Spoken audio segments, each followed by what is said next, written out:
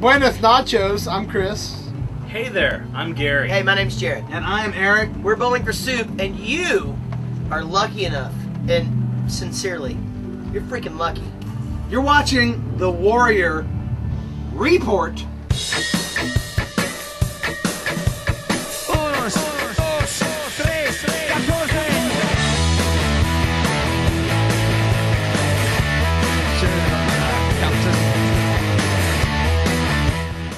Welcome to the final edition of the Warrior Report. I'm Specialist Luke Allen. And I'm Specialist Jason Jordan. Soldiers throughout the 1st Brigade Combat Team recently braved the desert heat and proved their endurance during a 50-mile relay race. Here at Forward Operating Base Warrior in northern Iraq, monthly events are planned to help raise the spirits of 1st Brigade soldiers during their 15th month tour. They do combatives, football tournaments. I wanted to do a relay because in Hawaii we had the Oahu perimeter race and wanted to do something along those lines. The 50-mile relay race around FOB Warrior put each of 1st Brigade's battalions in competition with each other. Each battalion had a team of 5 people with 1 alternate. The purpose for it is just something for the soldiers to do, but it's also something that increases their physical and mental toughness. The 10th Brigade Support Battalion finished first with a time of 6 hours, 4 minutes, and 11 seconds. Soldiers were on standby along the route to supply the runners water and medical care if needed. We had just about all of Charlie Company BSB around the perimeter of the FOB, manning FLAs, first aid points, water points, and then we had folks that were driving gators back and forth. I needed to make sure that we had coverage in case somebody went down. This makes me feel good. Just look at you hurting. While we spend a lot of time doing our missions and coming back here and refitting and going back and forth in and out of the wire and living on the patrol bases, these kind of events are very rewarding for the soldiers. It takes their mind off of things that's happening outside the wire and what they're doing all the time, and it's fun. It's something for them to do a little bit different, and every month we do something. Every soldier that participated received a t-shirt commemorating the run. The first place awards were engraved knives mounted on plaques and a $20 gift certificate to the Post Exchange. Reporting for the 1st Brigade, 10th Mountain Division in Kirkuk, Iraq, I'm Specialist Luke Allen. And I can tell everyone back there that they are doing a great job right here. Again, climb to glory. The 1st Battalion of the 87th Infantry Regiment recently held a soccer tournament with Iraqis. Specialist Jason Jordan has more. A different type of battle occurred recently in northeastern Iraq, one that lent unconventional methods in an unconventional war. Hi, Mom! In this military operation, no body armor was necessary and no shots were fired. The goal was friendship for soldiers of the 1st Battalion, 87th Infantry Regiment, 1st Brigade Combat Team, 10th Mountain Division, in a game of soccer against a team of Sons of Iraq members in Riyadh. This was the 2nd game in a 5-game series for the Task Force Summit soldiers in an attempt to show the populace of the Hawija district the human side of the U.S. soldier, the non-combatant. Although 187's attempts were valiant and only a solitary goal was scored, the Iraqi team showed the coalition forces that soccer is their national sport as they dominated the field. We had fun. It was a wonderful game. We had a lot of fun. And I wish once a week we should play with the coalition. We won today 5-1. The Hawija district has seen a 90% decrease in violent attacks against its populace, security forces, and coalition forces since December. Conditions are much safer now that soldiers can play without body armor, wearing only their physical training uniforms. Still, security is always a concern. Armed soldiers with their Iraqi security counterparts and members of the Sons of Iraq program were visible in all directions, pulling security for the event. At the end of the event, t-shirts were awarded to the winning team. Way to go. Way to beat up on my team. You're absolutely world-class soccer players. But you're even better human being. And I really appreciate the fact that you hosted us and allowed us to come play soccer with you. Although both sides enjoyed their time playing, the game was clearly dominated by the Iraqis. reporting for the 1st Brigade, 10th Mountain Division, in Kirkuk, Iraq. I'm Specialist Jason Jordan. This is Alpha Company 10th BSB. Let's take a break from our stories and check out some photos from the Warrior Brigade's battle space.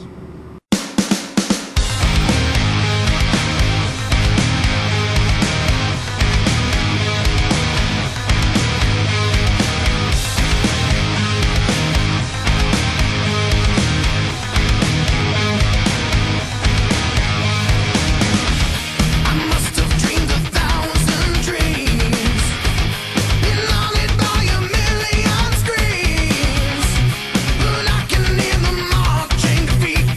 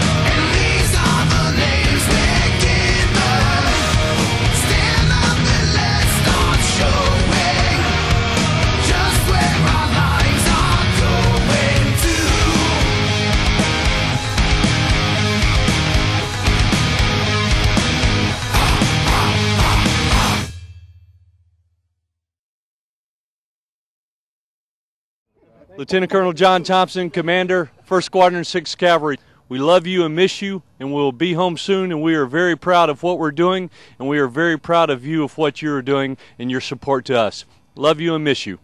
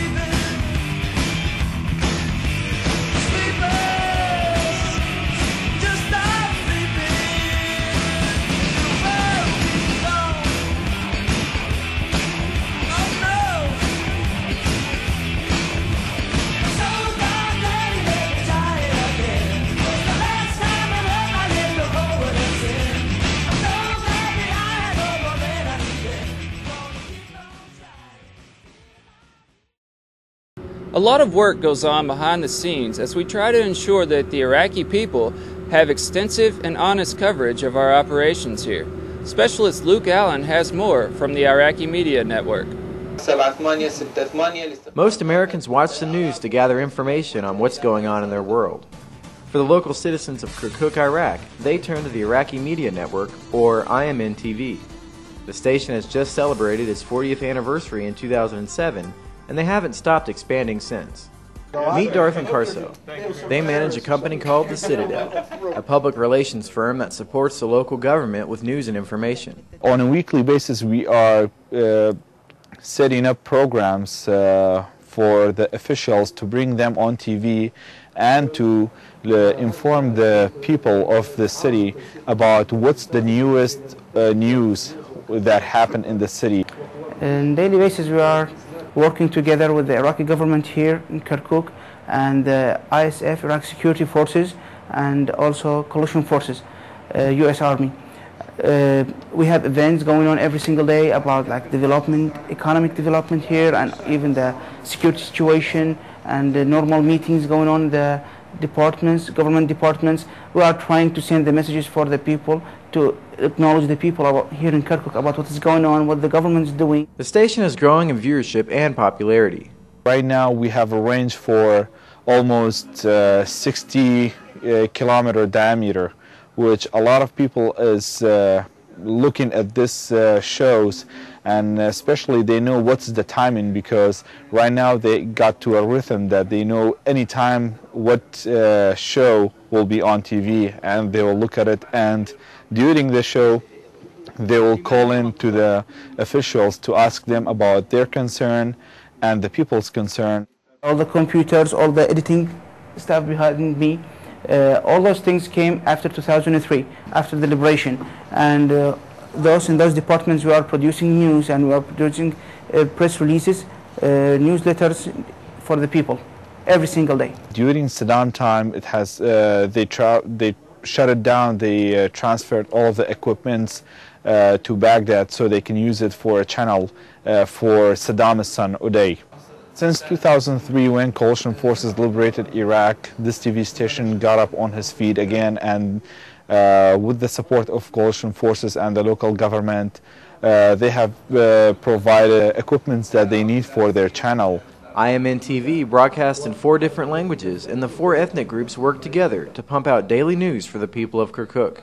Kurdish, Arab, Turkmen, Assyrian, all of them, they are working together as a brother, and there's no any kind of tension between them, which is make it a very great TV station. Beside that, there is no political pressures on them, because this is the only channel that we have here in Kirkuk. Carso says that in 2003 he worked with the Army's 173rd Airborne to broadcast the first American soldier radio show in Kirkuk. At that time, they didn't have any kind of radio shows or TV shows in here, because they just jumped into the country. Weekly engagements with U.S. commanders are now the norm. For Carso, he hopes that the American people understand that most Iraqis are grateful for the 2003 liberation of Iraq. I hope that some people that live in the United States can come here and see how the people is treating with the coalition forces, because not everybody's bad here, but there is people who loves guys that they liberated them from a dictator regime. Reporting for the 1st Brigade, 10th Mountain Division in Kirkuk, Iraq, I'm Specialist Luke Allen. The Alpha Company 10th Brigade Support Battalion is responsible for convoying supplies to troops here around the Kirkuk area. Let's take a look.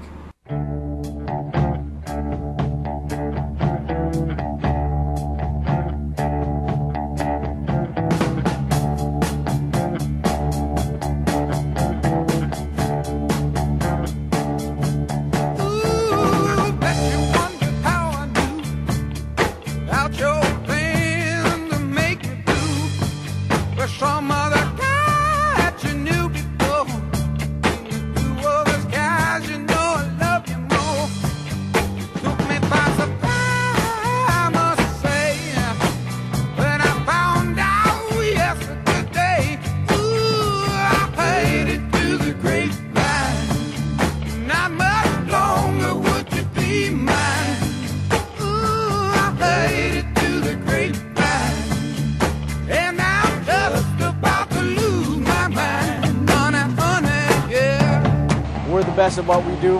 We go from point A to point B back to point A, and get everyone the supplies that they need from class 1 to class 10. Whenever we get hit, just know that we're the best at what we do. I'm the best at what I do, and we'll come home safely.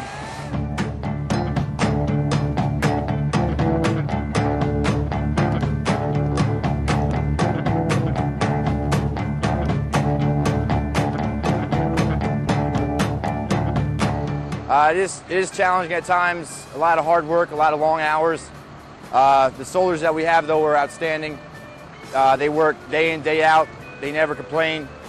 We've done over 210 combat logistical patrols as of right now, with cumulative 60,000 miles, and we have moved over 1,500 assets throughout the Warrior AO.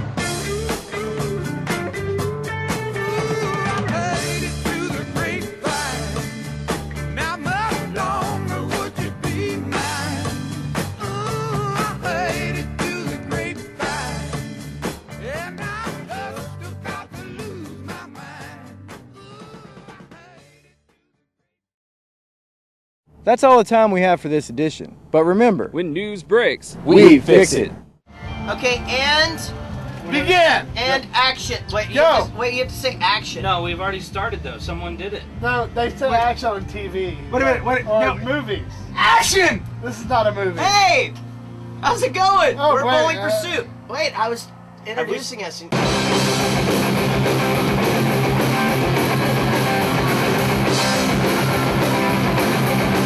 seriously, we have one of these waiting on you when you get home, and I'm actually gonna pour it way better than I poured this one. Here's to you guys. Please come home safe and sound. Thank you so very, very much for everything you do. Cheerio. And I'm actually, when you get home, I'm gonna give you all a kiss on the mouth. That's right, a tongue kiss. That's weird, but some of you may like it. One of you is gonna get mono.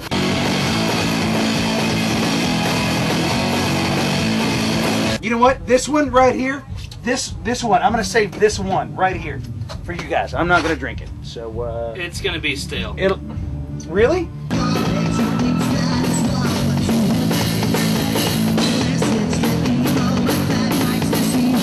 And but That's the way that it always we didn't mean save it literally. But Edit me in. Cheerio.